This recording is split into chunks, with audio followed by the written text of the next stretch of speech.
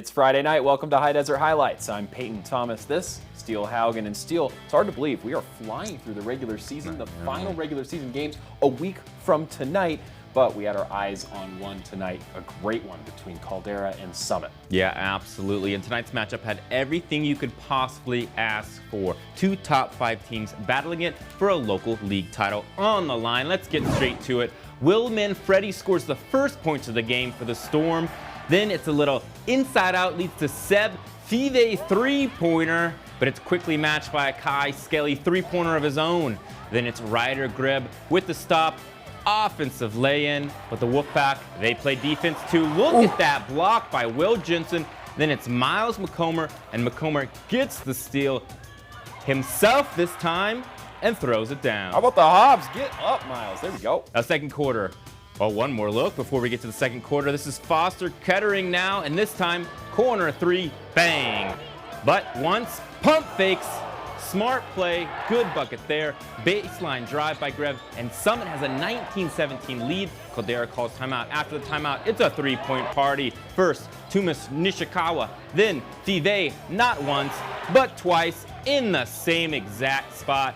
And Peyton, look at this block by Jensen near the end of the half. Well, when you have height like that, you better use it. He got up. Now Caldera, they have a 5-point lead in the midway break. Third quarter, Five this time with the drive to the hoop. And don't leave Scally open for the 3, because that's what happens. Bucket plus the foul for Rowan Blossy. And Manfredi gives Summit the lead with the drive right here, 37-36. But when you're down, you feed it to that guy. Jensen throwing it down right here. Now Caldera, they just got red hot at the end of the third. That's Aiden Cruz. Then this is McComber. Then Nishikawa buries it from behind the arc. And right before the end of the third quarter, Peyton, check this out. Are banks open on Fridays? Yeah, they're open on Fridays. Oh, just making sure. Now the fourth quarter, right where we left off. Guess who? Carter Garcia, 3. Then it's a Jack Bentz floater and a triple. And a little celebration to the Summit student section at the end of this one. Wolfpack up double digits. Blossy drives to the hoop for the Storm. No good. Summit head coach Joe Wells gets a technical foul, and that's really all she wrote, Peyton. Yeah, the life kind of sucked out of that building for Summit there, but what a game between two good teams. Yep, and Caldera, now they regain that Intermountain Conference lead with a 69-54 victory over the Storm, and this was the first basketball sweep of Summit in school history. Wow, congrats to Caldera. It's been a big year so far, and Summit been a powerhouse here locally the last couple years. Big wins for those guys. Yeah, and you can imagine those Caldera seniors absolutely stoked, absolutely hyped, and I caught up with a few of them after the game. We had to come into this game with enough force because we lost the last tough one to Mountain View, but we told each other that this is our IMC title to win, and we're just gonna have to do everything to fight for it. And really, our senior squad came to play tonight, so we got that fire in us. That's right. All started on defense for us tonight. You know, everybody was defensively locked in, boxing out, getting rebounds, and it didn't seem like they were getting the looks that they wanted to. Things were flowing for us on offense. Obviously, we utilized our big man, and just worked out for us tonight. It all starts on defense. That's where we get our energy from. That's where offense starts, and that's where we get stops. All right, up to Redmond now. This one Tuesday night, Cats versus Birds, the crosstown rivalry at the Ravens gym this week, and it's they who strike first. Right back the other direction, Panthers, well, they can do one better. A long ball from Wyatt Horner, and in his face, it doesn't matter. He knocks it down. Ridgeview isn't lacking shooters either, though. Don't get it twisted. Logan Nakamura from the corner with the 3, and, well, on back-to-back possessions. They're just surrounded, and they're not afraid to shoot. Into the second quarter, Redmond jumped back in front.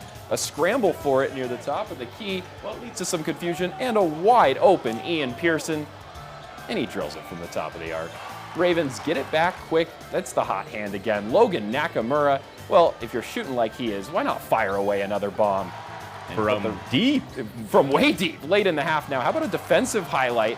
Get that away. Whitmer rejects Messman in the lane. Panthers do take a 4-point lead into the half, and they come out into the third on fire. Horner picks up the and one inside, and then, well, it's Horner again. He finds space in the corner. The kick out dish from Snyder. Those guys got the connection going. Finally, take a look at this pass. Pearson, whoop, right over his head back to Snyder. He buries the 3. Well, and he shows a little of that rivalry taunt near the end at the student section. Redmond rolls. in the second half. They beat Ridgeview 66-52. Now that Panther win was from Tuesday. They were back in action again tonight at Bend High, and the Lava Bears looking to defend the territory. And they strike early. Cash Hattenhauer, the pass, the pop from the wing. He's Cash. It's Redmond, though, who really make this first quarter their own. Wyatt Horner with the three from the top, and then, well, it's Horner again, but this play all created by Tatum Aishleman, who gets the steal and the dish. Into the second, Redmond pressing their advantage. Snyder gets his own triple. A few minutes later, it's that man again, Snyder. This time he drives the runner and picks up the foul. A strong finish, but unselfish passing. Now Redmond carried this advantage through the third quarter, capped off with this Caleb Lasoya lay-in, but things started to change into the final 8. Bend down double digits, but they get some momentum rolling, start to cut it. Cooper Jimenez for 2, then Hattenhauer, he takes it himself a minute later. Bend starting to work their way back in this one, but not too much time left. Hattenhauer over to Spencer Dildine, execute the pick and roll for another inside bucket, and then check out these acrobatics. Pass forward to Unruh, well, he saves it on the baseline, and Hattenhauer, well, still, you know his first name, it's Cash, he buries it. That's very fitting right there.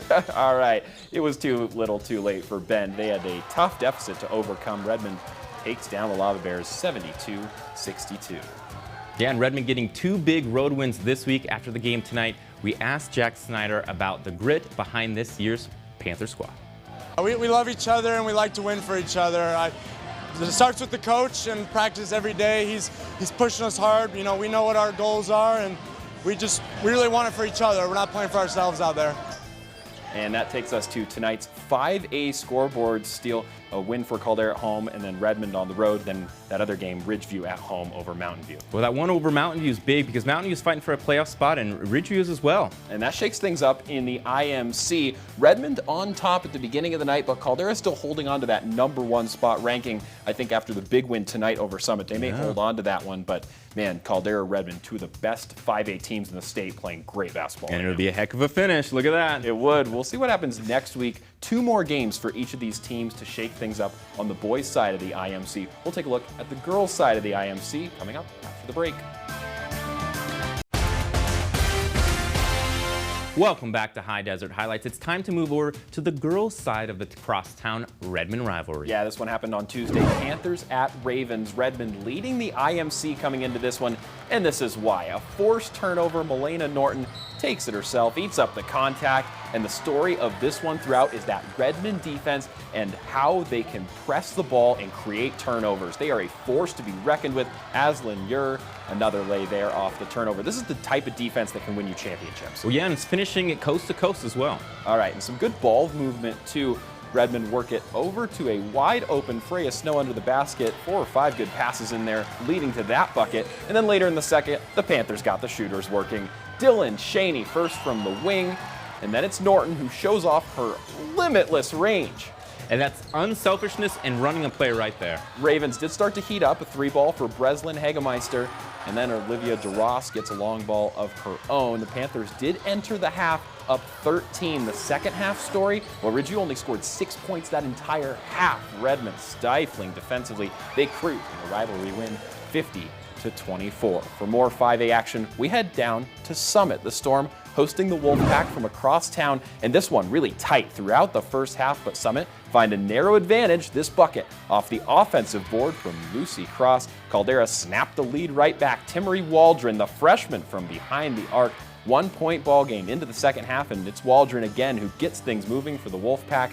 The drive, and Caldera right back to work. Reese Bradbury inside. She drives, and how about this crafty hook shot finish? That's a large one right there. In transition, Caldera continue to build this lead. Still in the third quarter here, some swift ball handling from Waldron. Back out to Allison Heinley, and Heinley is good for the 3-ball. Caldera gets the lead up to 9. Summit, the favorites coming into this one. They start clicking, though, a 2 for Christ to close out the third quarter. Caldera bouncing right back. A buzzer bucket from Bradbury right there. Story of the fourth quarter, though, all Summit. Durfee dances around a defender. Momentum shifts with this turnover, and one for Piper Richwine.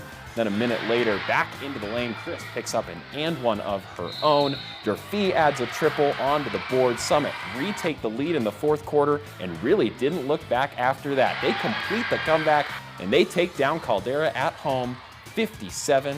48. What a win there. And Redmond, they stay on top of the girls' Intermountain Conference. Panthers playing some of their best basketball. They had a dominant win over Bend, 81-24 tonight, if my memory serves. That's great, and right there on the league leaders. 8-0, ranked number 3 in 5A. All right, and now a very fun rivalry game. Crook County hosting my former Madras White Buffalo High School. Now, first quarter, Madras has the ball. It's a little pick and roll action for Reed Simmelink, who finishes at the rim. And Madras was actually, they had an 11-8 lead at the end of the first. Here's second quarter. A save leads to a Nakoma Rivera basket plus the foul. Crook County holding strong. Bryce Lowenbach, strong move down low. That's an and one. Now Madras up 17-16 here. Jace Jonas with the steal and the lane. Now keep paying attention because this is Hoyt Kudlak's steal at the buzzer.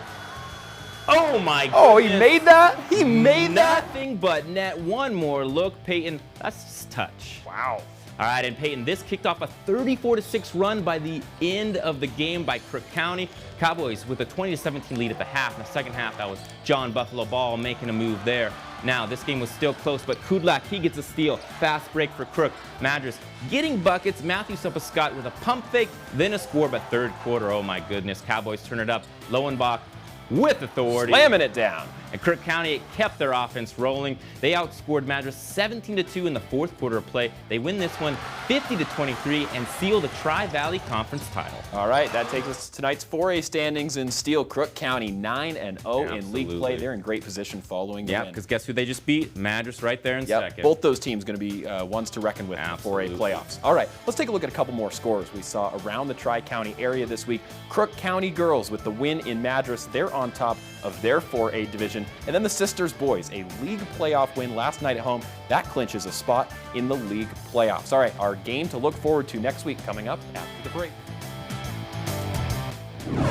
All right, it's time for our top play of the night. You guessed it, Hoyt Cadillac with a literal buzzer beater at the end of the half, helping the Cowboys win on a 34-36 run to help them win the game. 34-6 run to close out that game against Madras. Absolutely win for Crook County tonight. Finally, we look ahead to the final week of the regular season. Steel to close out the regular season. We got our eye on this one. Mountain View going into a tough Redmond environment. Yep, absolutely. Mountain View needs a huge win if they want to make the playoffs. And Redmond, if they want to stay a top 5 team, they also need a win. All right. One can win, though. We'll see what happens next Friday night. Steel will be there. We'll be here. We'll see you then for next week's edition of High Desert Highlights.